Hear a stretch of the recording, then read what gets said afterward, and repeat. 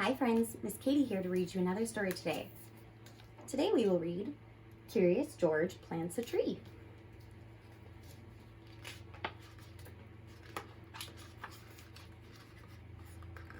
George was a good little monkey and always very curious. Today was a good day to be curious. The man with the yellow hat was taking George to the Science Museum. The museum was one of George's favorite places. There was always something new to see and interesting to learn.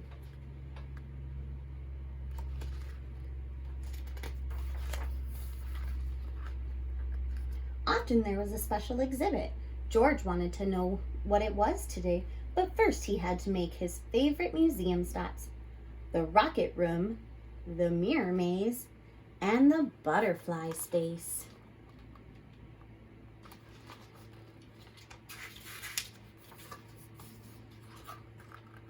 Finally, George and his friends made it to the special exhibit room. The sign read, "How you can take care of our planet." George learned many things: how all people, animals, plants, air, and water on the planet make up the environment, how trees help keep the air clean, and how people can help protect the environment from pollution and too much trash.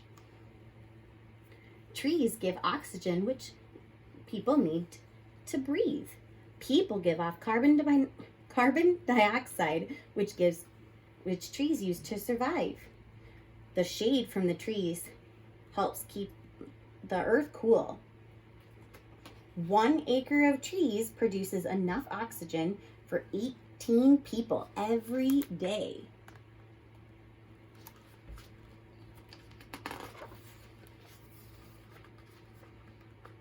George had a great time and didn't get into any of his usual mischief. As he and his friend were leaving, they bumped into the museum director.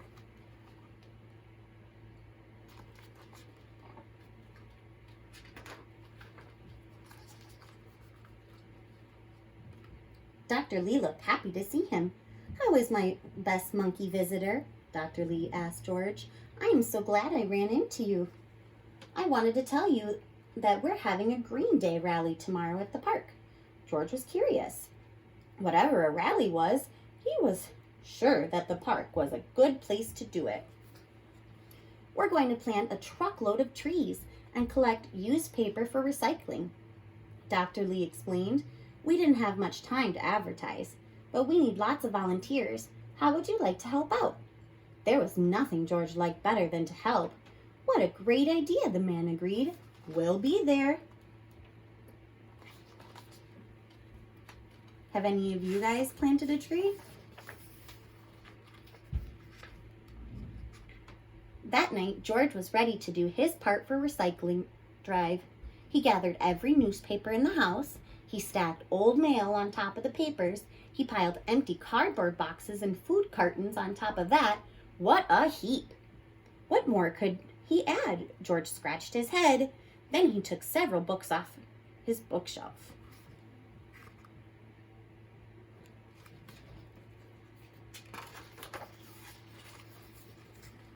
Just as George was about to add them to his recycle pile, someone lifted the books out of his hand. "Not so fast, George," the man said. "These books are made of paper, all right, but you can read and enjoy them many times. And when you're done, you can donate them to other kids or your library. Reusing is just as important as recycling."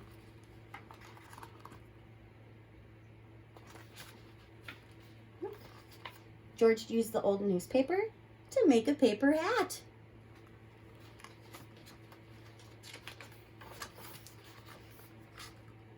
The next morning, George and his friends set out for the park with their wagon of neatly stacked paper. Suddenly, the man stopped and said, "I forgot my gardening gloves." "Go on without me, George. I'll be there soon." As George walked down the street, he spotted several newspapers lying on about his neighbor's front stoop. George had an idea. He had lots of room in his wagon. He could recycle all those newspapers.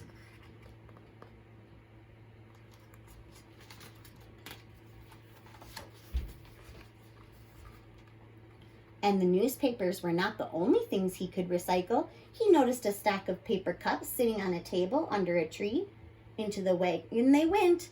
So did the pile of magazines and a heap of newspapers someone left on the sidewalk.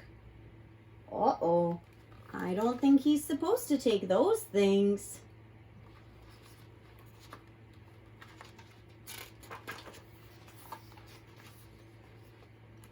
George was happy with his great load. At the park, he found Dr. Lee standing under a big banner. "Good morning, George," Dr. Lee said. "I'm so glad you came and brought all your friends. We need lots of help to get the job done." George turned around. He was surprised to see so many faces, but they did not look very helpful. They looked angry. Why are they angry? Did George take their things to recycle? The man with the yellow hat arrived just in time. He explained to their neighbors that George was gathering paper for a good cause. They were no longer mad. They even stayed to help plant the trees.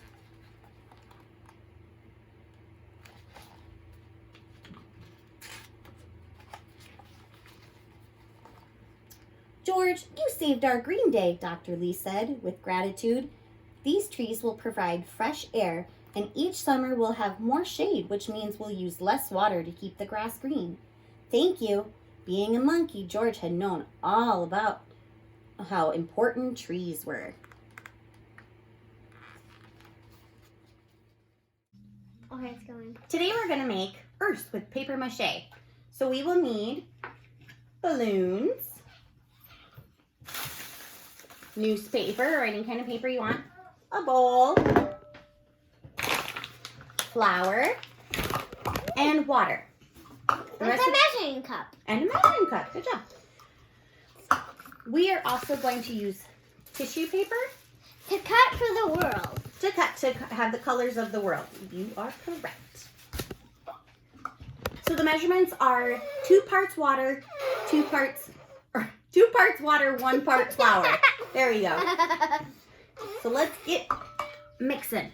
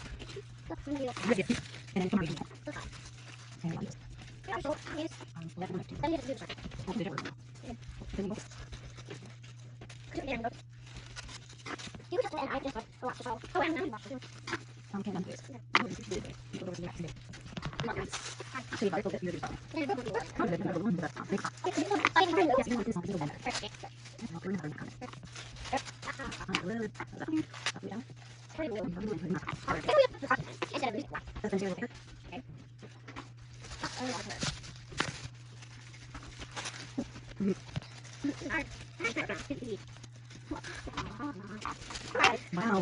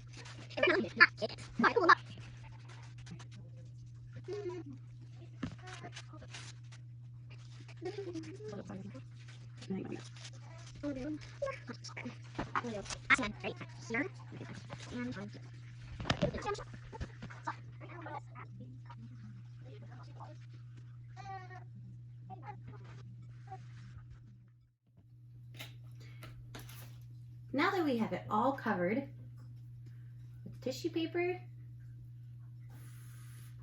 to look the way you want, you let it dry. All right, now that it's all dry, or mostly dry, we are going to pop the balloon. This is something for a grown-up. I am using a safety pin. Can't really see it, sorry. And I'm just gonna carefully put a little hole in it. Maybe a bigger hole.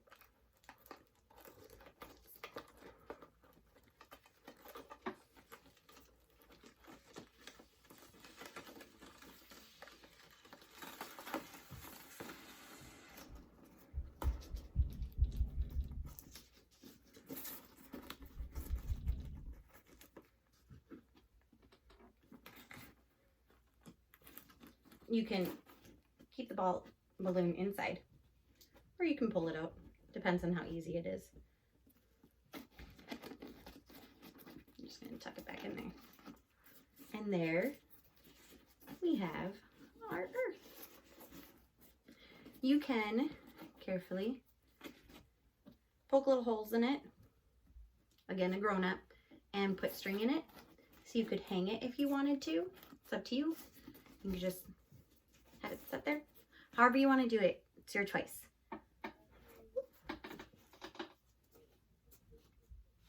do the other one just so you can see both of them.